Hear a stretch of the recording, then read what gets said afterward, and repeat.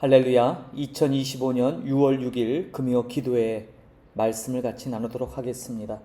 오늘 함께 나눌 말씀은 구약 성경 레위기 17장 11절 말씀 한 절입니다. 구약 레위기 17장 11절 한 절 말씀입니다. 봉독 드리겠습니다. 육체의 생명은 피에 있음이라. 내가 이 피를 너희에게 주어 제단에 뿌려 너희의 생명을 위하여 속죄하게 하였나니 생명이 피에 있으므로 피가 죄를 속하느니라. 아멘. 오늘 말씀 제목은 언약의 피입니다. 언약의 피. 함께 준비한 슬라이드를 보면서 말씀을 나누도록 하겠습니다. 언약의 피, 오늘 레위기 17장 11절입니다. 레위기는 모두 27장으로 구성되어 있죠. 특별히 제사장 문헌이라고 분류되는 1장에서 16장까지가 제사장의 문헌들이고 17장에서 27장은 성결 법전이라고 하는 어떤 그런 부분으로 나누죠. 여기 슬라이드를 보시면 그래서 제사장들에 의한 이 제사장 문헌에는 제사 규정, 정결, 속죄 체계 이런 것들이 나오고요. 17장 이후로는 성결법전으로서 제사장들의 의식, 윤리, 또 제사장의 규정, 또 후반부에 각종 절기와 신년법에 대한 것들이 레위기의 내용을 구성하고 있습니다. 그런데 이 오늘 17장 11절 나오는 이 피에 대한 중요한 내용인데 17장은 이 앞에 제사 규정과 성결 법전을 잇는 두 단락을 연결하는 아주 중요한 부분으로서 피의 교리의 정수를 나타내고 있는 것이 바로 이 17장입니다. 위치적으로도 대속죄일의 규례 이후에 16장 이후에 위치되어 있고요. 아주 중요한 가교 역할을 합니다. 이것을 봤을 때 드려지는 구약에 드려졌던 제사나 모든 이런 것들이 우리 실제적인 삶의 성결한 법의 중심축이 무엇이냐라는 것을 이 성경의 배치가 우리에게 알려줘요. 중심 문장은 피가 생명과 일체다. 그래서 이 피에 대한 부분이 아주 중요한 것으로 이렇게 언급됩니다. 이 피를 논의함에 있어서 여러분 코셔라고 들어보셨죠? 이스라엘이나 유대인들이 모여 사는 지역을 방문하게 되면 코셔 식당이나 코셔 음식 이런 관련된 이 코셔라고 하는 것과 관련된 문화를 경험하게 돼요. 예를 들자면 토라 출애굽기 23장 19절 34장에도 나오지만 너는 염소 새끼를 그 어미의 젖으로 삼지 말지니라 라는 규정이 있어요. 이 규정에 따라서 유대인들은요 육류와 유제품을 동시에 섭취하는 것을 금하고 있습니다. 그러니까 육류를 판매하는 유대인들은 그 유제품을 동시에 팔 수가 없는 거예요. 그래서 이스라엘 성지 순례객들이 하루에 고된 순례 일정을 마치고 육식으로 저녁을 먹지 않습니까? 그 저녁을 딱 먹은 뒤에 뭐 후식으로 커피를 한다든지 카푸치노 한 잔 커피, 특별히 이 우유가 들어간 라떼 같은 거 있지 않습니까? 우리가 많이 즐겨 먹는 거. 코셔를 지키는 그런 유대인 식당에서는 이런 호사를 누릴 수 없습니다. 나눠줘야 돼. 함께하면 안 돼. 그래서 코셔 식당에는요 입구에 카쉐루 림 하드린이라는 그러한 문구가 걸려 있어요. 카쉐르 림 하드린. 직역하면 우리는 코셔법을 엄격하게 지키고 있습니다 라는 의미죠. 그래서 이 안내문이 걸려 있지 않으면 이스라엘에서 사실 장사하기가 힘들 정도로 습니다. 코셔법 중에 가장 중요한 원칙이 하나 있는 게 섞어서 이렇게 섭취 금지도 있지만 여기 보면 피를 제거하는, 동물을 도살한 후에 최대한 피를 뺄 수 있을 때까지 빼내는 것을 요구해요. 그래서 코셔법대로 이 조리하면 생고기를 30분가량 물에 삶은 뒤에 도마에 건져내서 1시간 동안 여기 그림처럼 소금물에 절여, 이렇게 소금물에다가 절여서 피를 빼는 그런 전통적인 방법을 고수한답니다. 염소 새끼와 어미의 젖을 함께 먹지 못하도록 규정하는 코쇼법, 그리고 육류로 사용할 고기의 피를 제거하도록 하는 이 코소법은 구약 성경의 율법 전통을 고수하고 있는 유대인들에게는 아주 중요한 원리입니다. 자, 그렇다면 왜 성경은 이토록 피에 대해서 이렇게 중요한 규례를 엄격하게 적용하고 있는가? 우리가 잘 알다시피 피에는 생명이 있기 때문에요. 여러분, 우리가 우리말에 이렇게 몸이 어디 아프거나 할 때 그런 표현을 많이 쓰지 않습니까? 젊은이들은 잘 모르지만 담이 결렸다 라는 말 많이 하시죠. 저도 말씀을 준비하면서 담 걸렸다. 이 담이라는 게 무엇입니까? 그걸 피가 뭉쳤다라는 거잖아요. 근데 놀랍게도 히브리어에 이 생명을 뜻하는 피를 뜻하는 단어가 바로 담입니다. 담. 그래서 그것을 오늘 좀 가지고 말씀을 좀 나누고자 합니다. 오늘 우리가 읽은 히브리서 레위기 17장 11절의 히브리어적인 분석을 좀 같이 곁들여 볼 필요가 있습니다. 17장은요, 화목제의 도살 방법, 또 피 섭취의 금지, 피의 의미, 기능, 또 사냥한 짐승의 섭취 방법, 이런 것들이 쭉 나오거든요. 근데 특별히 오늘 11절에 이 육체의 생명은 피에 있음이라 너희 생명을 위하여 속죄하게 한다니 피가 죄를 속하니라. 히브리어가 잘 보시는지 모르겠지만 여기 보면 히브리어로 이 히브리어는 오른쪽에서 왼쪽으로 읽지요. 여기 보면 네페쉬라는 단어가 나오고요. 바사르, 그 다음에 바담히라는 단어가 나옵니다. 또 여기 보면 레카페르 알 납시 테이켐, 알 납시 테이켐, 피가 죄를 속하느니라. 하담 후, 바네페쉬, 예카페르라는 단어죠. 예카페르. 자, 말씀드린 것처럼 히브리어 제가 오랜만에 한번 떠듬떠듬 읽어봤습니다. 풀어서 쓰자면 육체의 생명은 피에 있다. 이 의미는 동물의 육체도 생명이 있다는 걸 전제해요. 자, 두 번째 항목에 너희의 생명을 위하여 속죄한다는 의미는 동물을 죽이는 이유는 속죄를 목적으로 하는 거예요. 괜히 죽이는 게 아니라 생명이 있기 때문에. 세 번째 문구에 생명이 피에 있으므로 피가 죄를 속한다라는 의미는 그 피가 곧 그 생명을 가지고 속죄할 것이다 라는 거죠. 그래서 종합적으로 보면 피는 생명을 상징해요. 동시에 누군가의 피와 희생으로 다른 생명의 죄를 용서받는 것이죠.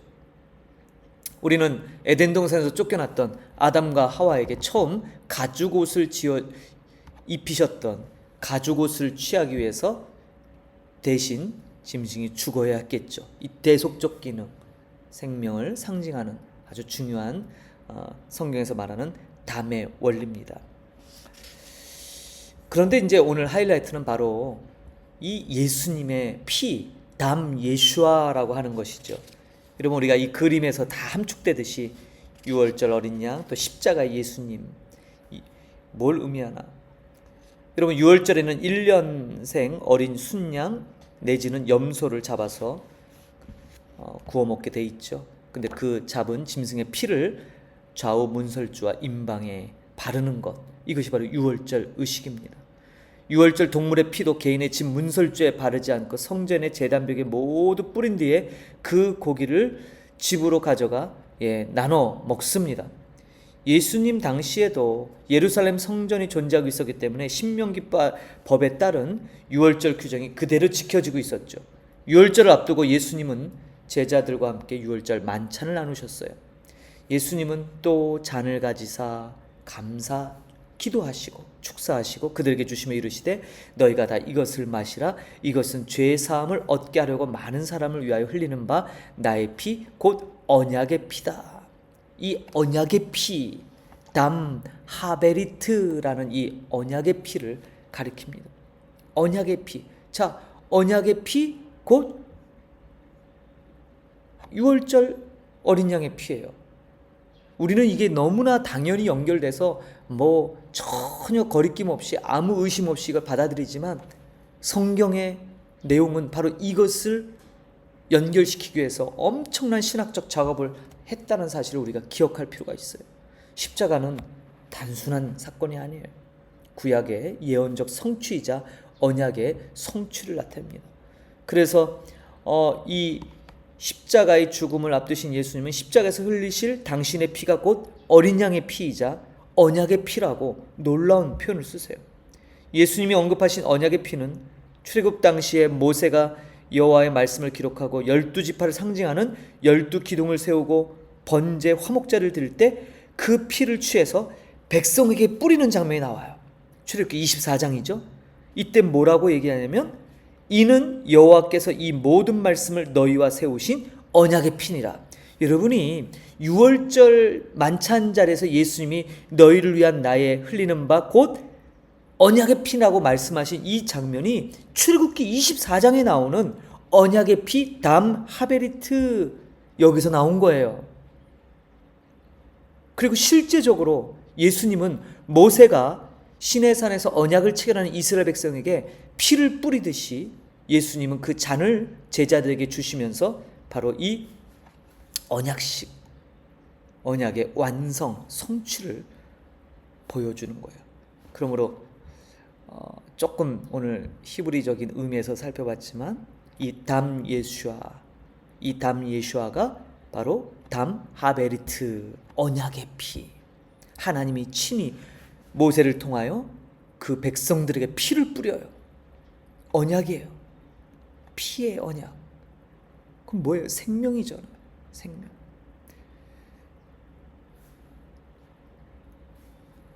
유월절의 피는 제단에 뿌려져야만 속죄가 이루어지는 것인데 예수님은 십자가를 실 때 바로 당신의 피로 이 담 하베리트를 통해 유월절 만찬에서 미리 선포하셨고 이 선포에 따라 예수님 자신의 피가 속죄를 이룰 뿐만 아니라 장차 이 세상의 심판을 가지고 오실 메시아라는 사실을 드러내고 있죠. 그러므로 우리가 교회에서 성만찬을 집행하지 않습니까? 이 성만찬은 철저하게 유월절 제사의 기초예요. 유월절 만찬의 제사에 기초한 의식입니다. 제가 성만찬을 할 때마다 늘 말씀드리지만 우리 한국교회 전통은 유월절 만찬보다는 성만찬의 의미가 뭐야? 그냥 예수님의 십자가의 고난에만 초점이 맞춰져 있죠.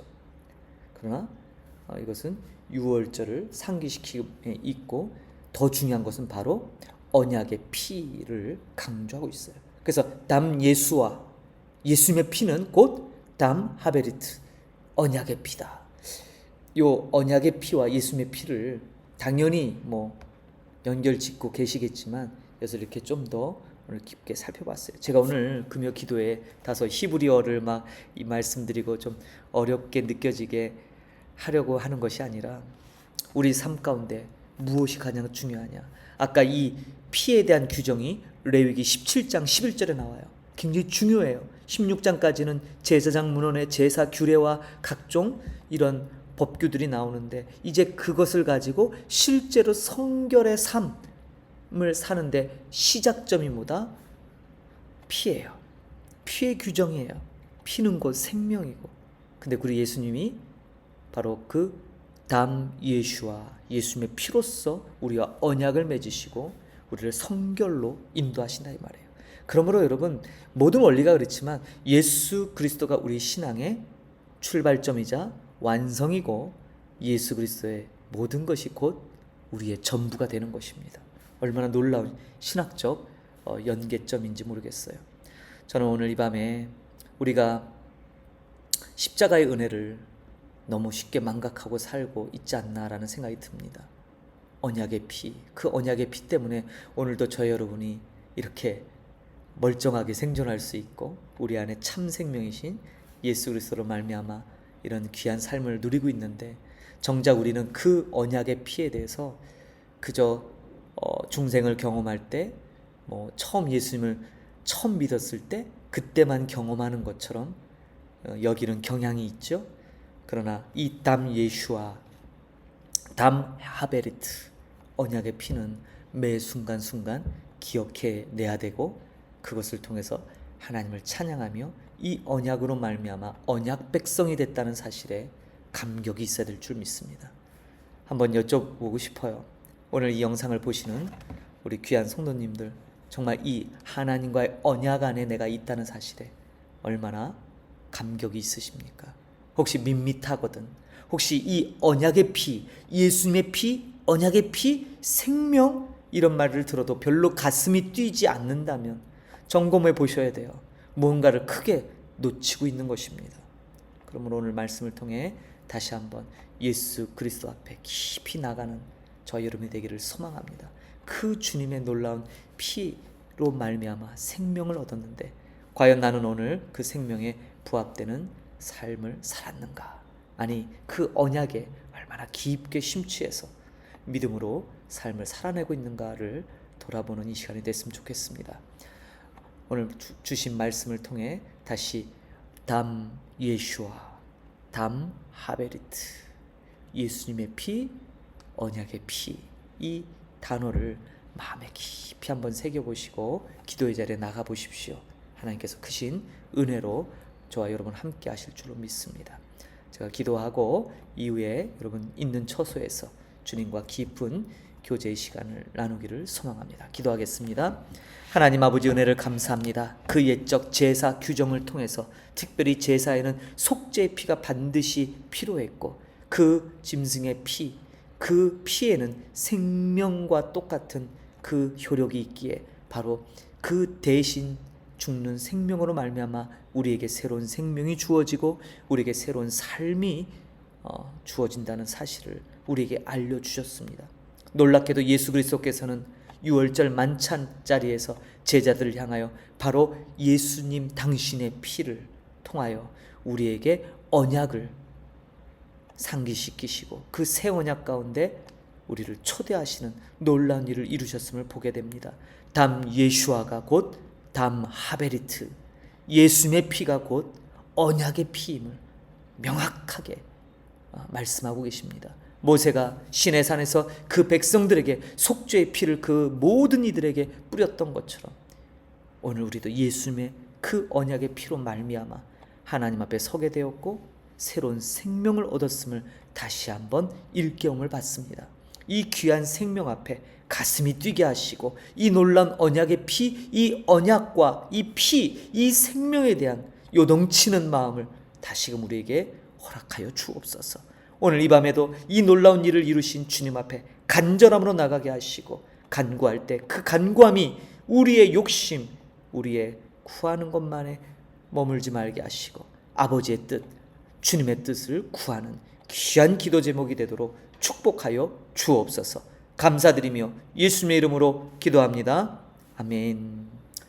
말씀 마쳤습니다. 오늘 이 귀한 언약의 피, 이 말씀, 이 단어들을 마음에 잘 품으시고 기도의 자리에 나가 하나님의 놀라운 응답, 하나님의 은총을 경험하는 귀한 이 밤이 되기를 축복합니다. 다음 주에 다시 뵙도록 하겠습니다.